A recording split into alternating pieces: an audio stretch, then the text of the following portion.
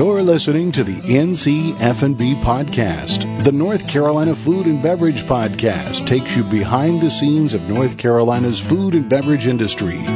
Be sure to follow us on Twitter and Instagram at NCFB Pod, presented by Food Scene. That's foodseen.com. Providing professional photography, social media management, video production, and website design. And now, enjoy the show.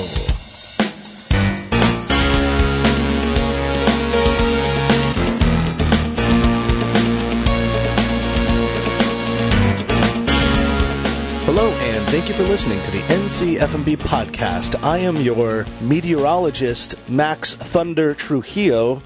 Hurricane Matthew Weiss is on assignment right now, but we are sitting in our new studios, or I am sitting in the new studios in downtown Raleigh, the heart of the Triangle, speaking with Daniel Lewis, the owner and proprietor of Coastal Seafood Provisions, out in the Outer Banks, Kitty Hawk, I think, to be more precise. Is that right, Dan? Yeah, Southern Shores, Kitty Hawk. Southern Shores. Yeah, see, I still messed it up. That's fine. But welcome to the show. We're happy to be here, remotely as the storm necessitates. Yeah, so we are talking to you on a Tuesday at 10 o'clock in the morning, and we have Hurricane Florence impending onto our coastline. It's no joke. This is kind of a big deal, and truth be told, we were going to have you in studio to talk about OystoberFest happening on the 13th of October out there in the Outer Banks. But we've got a hurricane to worry about right now, and I wanted to get you on the phone at least so that we could discuss what's happening right now, what's it look like in the Outer Banks, and how are you guys dealing with this at this moment? Oh, right now it's absolutely gorgeous out. Blue skies, partly cloudy. Just posted on our social media, Instagram, and took a few second video this morning across the street at Kitty Hawk Pier. Surf's actually a little bit less than it was yesterday, but it's definitely, the red flags are up. No swimming, of course. It's a mandatory evacuation yesterday and on their way. And honestly, I think most people started leaving yesterday. The exodus yesterday was pretty significant. Yeah, so your sound quality is a little tough, but that's fine. Just in case somebody didn't hear, there is an evacuation happening for the Outer Banks. So does that mean that you're getting out of Dodge too? What's your plan? Well, we have a very safe building here where the Coastal Provisions Oyster Bar is. It's in a shopping center that's pretty high up, 18 feet above sea level, which for the Outer Banks is pretty high up. And so we all generally ride out the storms here because we have provisions here, and we offer the safe space for our friends and employees that might not be in as safe a space, especially if they're right on the ocean or right on the sound where they can expect storm surge or some more significant flooding. Yeah, so you guys are the beacon of light to help out. Well, that's a little dramatic or poetic, but yeah, I guess. But we'll see how it goes. We're opening for lunch today. In fact, because it's 9/11, we actually donate lunch to the first responders at one of the local churches today, and we'll do lunch service here, and then we'll close at 3 o'clock today. Finish making the preparations on the building and whatnot, and allow everybody to do what they're going to do, whether it be go ahead and evacuate or prepare their homes for riding out the storm. It is the 17th year anniversary of 9/11, so this is a pretty heavy day in America just in general. It's so awesome that you're doing that for everybody in the area for 9/11. Now, listeners of the show might remember Dan because you help and you coordinate the Taste of the Beach, which we were a part of, was an episode that we released back in March, and you're doing that again coming up next year, and we'll get into that at some point. But talking to you, Daniel, you are an authority on oysters. I mean, you did an amazing oyster dinner while we were there, and you paired everything not just based off of the local flavors and what pairs well in general with oysters, but you really got into the saltwater content, the flavor of each oyster and how different it was, down to the very minute detail. And oh, by the way, you're also a sommelier, so you know a thing or two about wine. All that said, being our official professional oyster man. Sure. I don't think that actually is a real given name for that. Not like sommelier or anything like that. Although I know some some people that are into it are trying to begin certifications to have like an oyster sommelier or. But it is an extensive type of education that most people don't understand. Yeah, it is. Yeah, it is. It's funny because it's when you mentioned the wine, having gone through sommelier training and all of the studying that goes through that, there's a lot of parallels between oysters and wine in terms of the knowledge.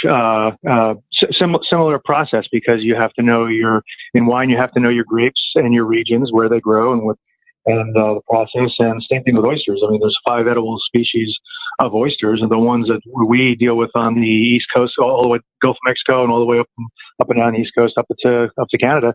That one is all the same species. So that's where your geography really comes into play. And in fact, so funny because when I added the oyster bar to the restaurant, one of the first references I found was a book by James Beard Award-winning author Rowan Jacobson. His 2007, I believe, book is called The Geography of Oysters.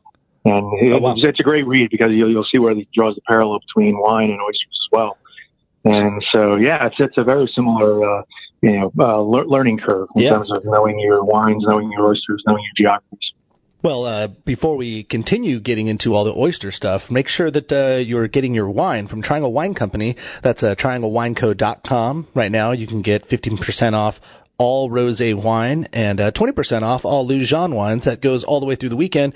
But just let them know that the NCFB podcast sent you, and you'll always receive a great 10% discount. That's at trianglewineco.com. There are 3 locations, soon to be 4, out there in Waverly Place and Cary. You got one in Morrisville. You got one all the way down there in Southern Pines next to Pinehurst Golf Resort, and then a new one in Matt's neck of the woods, Holly Springs. So visit Triangle Wine Company, order online, get your deliveries, or visit them in store, and let them know that we sent you. Okay, so you said you dropped a lot of amazing knowledge right there. There are 5 edible types of oysters in the world, but all of the oysters that we consume on the East Coast are one particular species? Species, yeah, correct. The Virginica. There is one small exception to that. Up in Maine, in the 1950s, some people brought some of the European flat, another species of oyster. Most people know those as Boulogne, because they're from Boulogne, France. Some folks brought those over to Maine in the 50s trying to farm them, but that effort never really took foot. What remains is actually some of their descendants. And there's about 5,000 hand harvested a year. They have to be go in the cold water and then bag for them, as opposed to raking them up or farming them like a lot of the other oysters are done. So they're the most rare oyster on the East Coast, and a different species and very different flavor profile. Well, so let's establish what's the East Coast standard. Like, what would you consider an East Coast standard oyster as a flavor profile? Well, East Coast, I like to say that, and I may be stealing this right from Rowan's book, but sure. The Eastern oyster is like the Chardonnay in the wine world, where a lot of people says it doesn't have a lot of its own character, that it really takes the flavor of where it's grown. Much like with the Chardonnay grape, when you grow a Chardonnay grape in Chablis, it has a completely different flavor profile than one grown in, further south in Burgundy, or different than, Sonoma Coast in California. Same thing with oysters. Same thing with oysters. That same species will taste completely different, coming out of the mouth of the Pamlico River, for example, down here, versus, near, Oregon Inlet, where they're getting a lot of, saltwater influence. Yeah, Chardonnay does lend itself to its environment, to its terroir. Okay, so then with that said, the European flat oyster you mentioned, what is that more similar to, or how does that differentiate from the East Coast oyster that we're used to? Wow, that one has this very strong flavor profile. In fact, some people say it's definitely not a beginner oyster. It has such a high mineral content that some people say it's actually like chewing pennies. It's so high in zinc and some other minerals that just make it somewhat bitter. It's kind of like, if you're a really dark beer drinker, some people are, some people aren't. It's just a very strong flavor. What type of wine would you pair with an oyster that tastes like chewing pennies? So I'm not under the impression that I should force necessarily my tastes of wine onto others. There's a lot of it comes down to what you like to drink. So if you're a big Sauvignon Blanc fan, Sauvignon Blanc is definitely known as a good wine for oysters. If you like something a little bit fuller, smoother without as much grapefruit. I'm not a big grapefruit fan myself, so I prefer to go for a lighter wine, a crisper wine, good acidity, like, even going into the rosé territory. Yeah. So, as far as pairing with a stronger flavored oyster, yeah, you might want to, have a stronger flavored wine but if you really want the oyster to come through, and you might want to go with a little more neutral, flavored wine like a Pinot Gris or Muscadet. So, okay, this is all leading us kind of into OystoberFest, which is coming up soon. So I'd love to hear about what's going on here. This is happening, again, like we said, October 13th. That's a Saturday, and it's the third annual. Is that correct, I believe? It is. We started a few years ago as a kind of celebration of primarily North Carolina oysters and North Carolina breweries. So we have about a half dozen oyster farmers from North Carolina. We actually have 8 signed up so far, so we might even get a few more. We have about 8 breweries coming out. And we invite area chefs to come in and prepare an oyster dish as well. So you got kind of 3 components. You got the raw on the half shell, shucked by the farmers. You get to meet the farmers, and talk about the differences and explore the differences between the different oysters. And then you have some chefs preparing, showing what they can do with these oysters. And then, of course, washing it all down with some North Carolina brew. That sounds awesome. So I got to know then, with Hurricane Florence coming in here, there's got to be a huge effect in oyster farming after something like this happens. And you've lived out there for a few years now. You understand what going through a hurricane can be like. Could you speak to me about what that means to the coastline and what it means for the farmers of all these oyster farms? Well, sure. Much like anybody else, they're preparing. They're just preparing in a different way on the water. A majority of the oyster farmers, their method is floating bags. And for example, I know, in preparation of the storm, if anybody wanted oysters, they harvested past a day or two to get ahead of the storm. And I know a couple of the farmers will actually sink their bags because a lot of these bags are on flotation devices. Yeah. So I know last year, one of our local farmers lost about 20,000 oysters that just got blown away. They, got detached from their moorings based on the wind and the wave action. And some of them ended up on the other side of the Pamlico Sound for those that were found. Oh wow! So some of them are sinking their oysters to kind of protect them, and then after the storm passes, hopefully they'll still be there and get them back up on their in their bags up on top of the water. Well, that makes me think about when we went soft shell crab fishing with James Clark and Bill Hartley over at Postal Fish Company in Pittsburgh. We went to the Albemarle Sound and got on boats with the soft shell fishermen, but much like an oyster farmer as well, I have to imagine all those nets they have all throughout the Sound are going to be wildly displaced after the hurricane. I mean, how is that going to affect them? Oh yeah. So, the potential to not only lose their product, their crop, but also their equipment. That equipment's not cheap either. So, it's you just tie everything down and secure it as best you can, and hope for the best on the other side of the storm. Man, watch out for flying oysters too, I would assume. Yeah, I doubt they'll be flying anywhere. As strong as the wind is, most of these bags have about 600 oysters in them, so it's a couple hundred pounds right there. Nice. Well, all right, let's get back to what's the day going to look like for OystoberFest, considering everything, or let's hope everything is going to be fine by that point. We will have at least about a month to go from there. Oh yeah, assuming we're all still standing, all the buildings are still standing. We're going to have we'll be back to it next week and getting the cleanup going and preparing for a great event. Which again is about a month, a little over a month away. Hopefully it'll be as gorgeous a day as it is right now. Like I said, it is absolutely gorgeous here right now, the calm before the storm. It's funny, in about 2 days, it's going to be completely different. But we do this event out in our parking lot of the shopping center. We limit it to 350 people to keep it a little bit more sane. You've been here for our chowder cook-off that we have in the same space, and that's like 600 people. But with all of these oysters going on, we want to make sure that everybody has the best time possible and has time to meet all the farmers and really get a feel for where and how their food comes from. Yeah, it's a great time, and I mean, if anybody that's living here, like in the Triangle or just North Carolina in general, if you haven't been to the Outer Banks, it really is truly amazing. It's beautiful. As a West Coaster, I love the fact that if I'm out there on the island itself, and you look west, you can see the sun setting over the western coastline. It makes me feel like I'm back in California for a bit, and really a remarkable place to be. Yeah, it's beautiful. So the next couple of days is going to be part of the trade-off. So it's one of the small prices to pay for living in our bit of paradise. Well, speaking of the West Coast, and I want to get geeky again with oysters.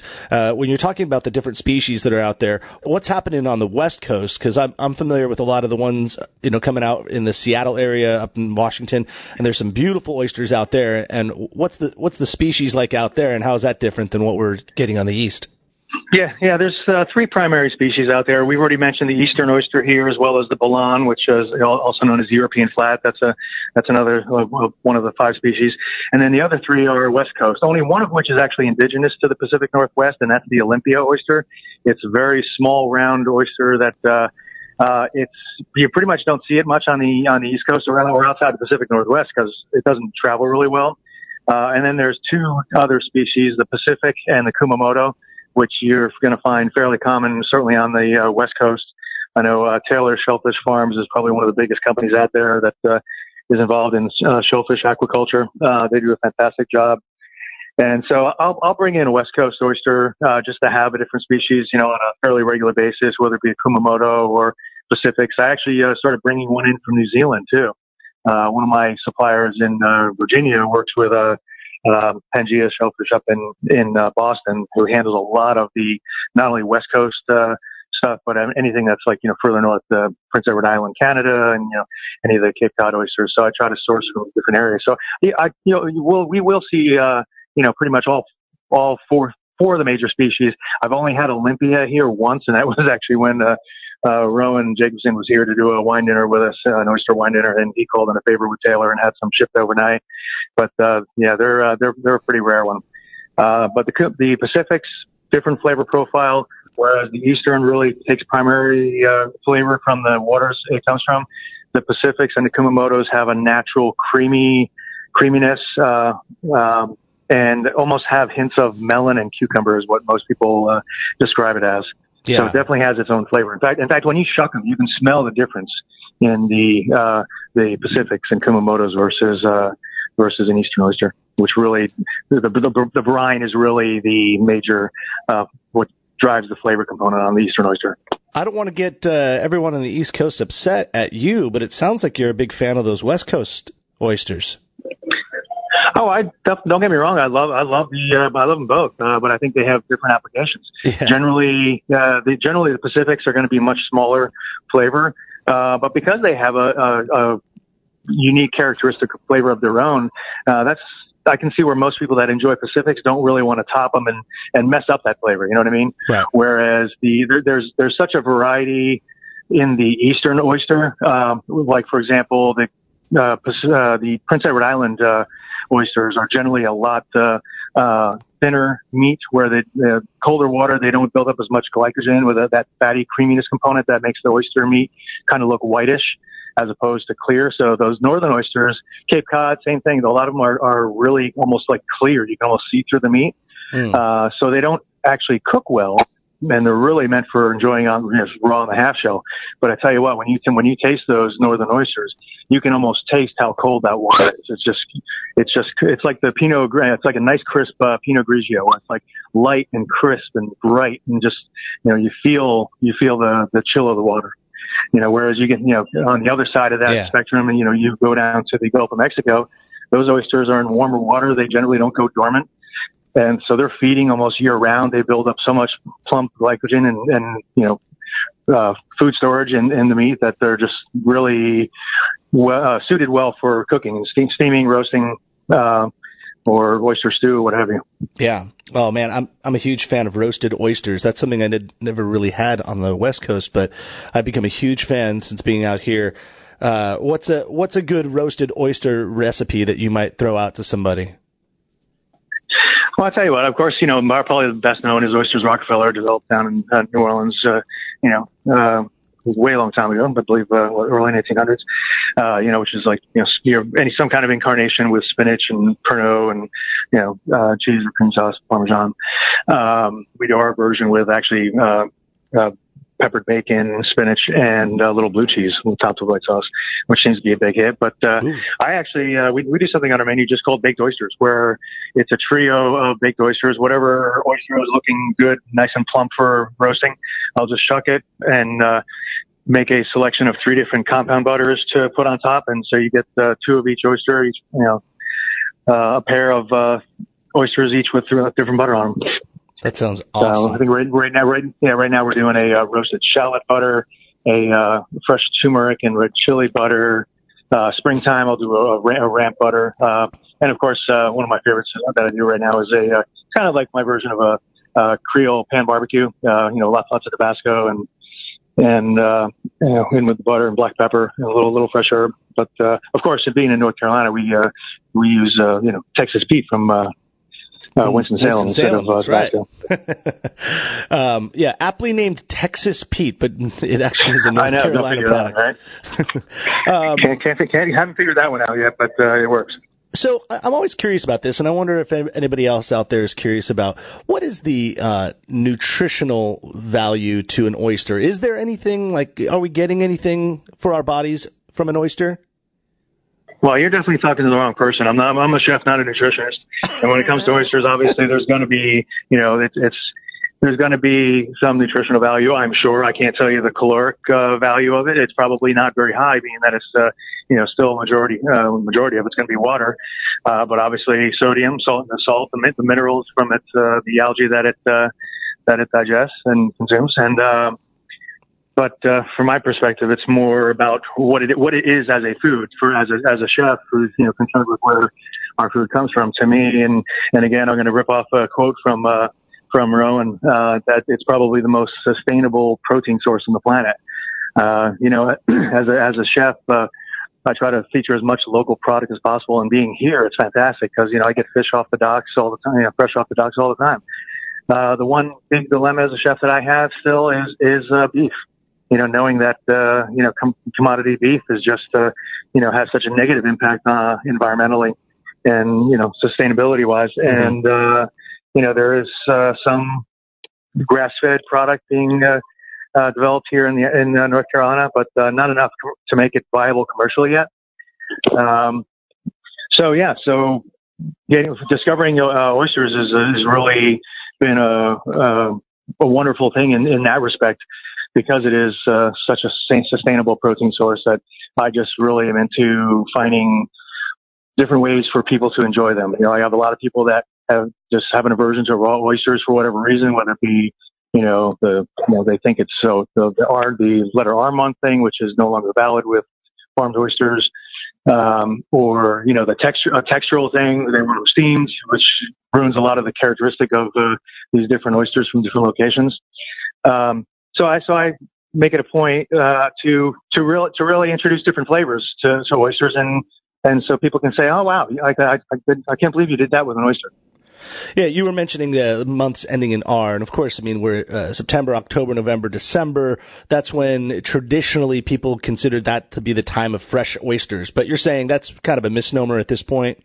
Yeah, it is. Actually, the whole letter R thing goes back to ancient Roman times. I believe it was historian Pliny that's referenced to, whereas when you think about it, in ancient Rome, they were harvesting oysters off the coast and putting them on horse-drawn carriage or wagon to Rome in the heat of summer. No wonder they were going bad and developing bacteria and getting people sick. So that's where that whole fallacy came from.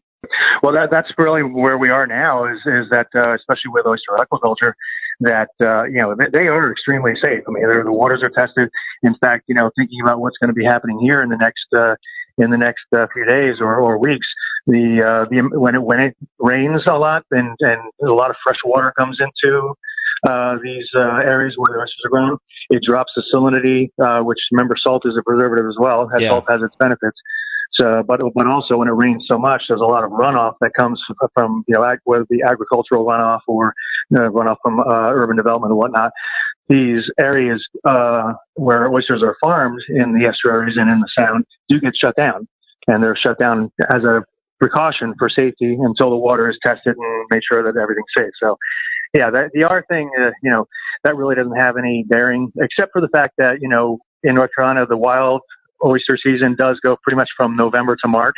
And that's when they are at their best. I got to ask, the lore is that oysters are an aphrodisiac. Does that bit of lore hold any weight in reality? It is. I think it's all in your mind. There's, I think it's probably only lends itself to one of my favorite oyster jokes that, I had a dozen oysters the other day, but only 11 of them worked. Well, they're rich in vitamin C and B12. B12 is always good to have, after a hangover or so, replenish your body. And then they have zinc and selenium, iron. So I guess just it's like having a really big vitamin boost real fast. So if it means anything, that's probably what it is. But it might also just have a lot to do with the act of eating an oyster, and that might be part of the benefit of an aphrodisiac. Oh, sure. I think some of it's all in the mind anyway. Yeah. Well, I better get out of here and batten down the hatches before all of our stuff blows away and the storm comes through. Let's run over real quick just how we get to OystoberFest happening October 13th. Give us any information as to how to get tickets and where to go. Sure. Again, it's going to be held Saturday, October 13th in parking lot here where Coastal Provisions Oyster Bar is located. That's Southern Shores Crossing Shopping Center. It's going to happen from noon till 2:30. And you can get tickets off of our website, which is coastalprovisionsobx.com. Just look for the purchase online tab and go there. coastalprovisionsobx.com to get your tickets October 13th from noon to 2:30 out there in the Outer Banks. It's going to be awesome. You'll see me out there, so come join us. Daniel, thank you so much. Thank you. Be safe out there, too. And before we get out of here, on behalf of Matt, who is out on assignment right now, somewhere in Chapel Hill, I think, he would tell you to eat as many oysters and drink as much wine and be merrily. And so I'm telling you that do that too, and subscribe to our podcast. That's right. When you're on Apple Podcasts, don't just download the episode and listen, but subscribe. That means every Thursday a new episode will show up on your phone. You don't have to do anything after that. And tell a friend. Let everyone else know that we tell you guys the great stories of North Carolina's food and beverage industry. So share the word, screenshot you listening to it on your phone, and post that on Instagram. That actually helps our SEO, search engine optimization, and tag us in posts. That really helps us out as well. So if you're a fan of the show, write us a review, tag us, post us, do everything for us. And we'll try to make the show a little bit better every Thursday morning. Well, that's all I got for now. Time to run from Hurricane Florence. Take it easy on us, will you, darling? All right. Take care, everybody.